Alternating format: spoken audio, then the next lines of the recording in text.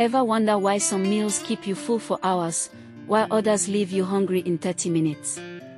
The answer isn't about how much you ate, it's about what happens to that food after you swallow it. And it's stranger than you think. The moment you swallow, a small flap called the epiglottis closes over your windpipe so food goes down the right pipe instead of into your lungs. That's also why talking while eating is risky. It can interfere with that flap timing, which is one reason people choke.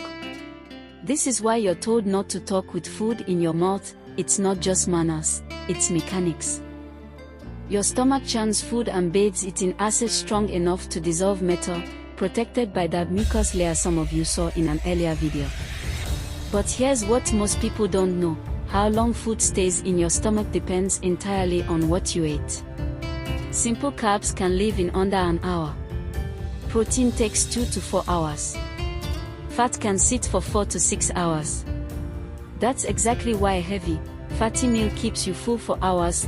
It's not just a big meal, it's your stomach deliberately slowing down to process the fat properly. Once food leaves your stomach, your pancreas and liver join in, releasing enzymes and bile to break down fats, proteins, and carbs even further. Then your small intestine, lined with millions of tiny villi, absorbs nutrients straight into your bloodstream. This is where your body decides what becomes energy and what becomes waste, which is why eating too fast or not chewing properly can reduce how much you actually absorb, even from a healthy meal.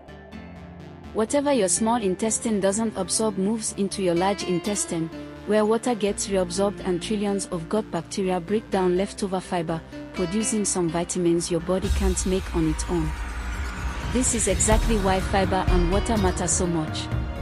Without enough fiber, your gut bacteria have nothing to work with, and without enough water, your body struggles to reabsorb what it needs, which is a common cause of constipation. So now you know what really happens after you swallow, and why some meals fill you up longer than others. But here's the part that matters most: you can actually work with this system instead of against it. Chew properly, and you lighten your stomach's workload. Drink enough water, and you help your gut do its job. Respect your body's timeline for fat and protein, instead of rushing meals or fearing them. Your body isn't just reacting to what you eat, it's responding to how you treat it. And once you understand that, eating stops being guesswork and starts being partnership.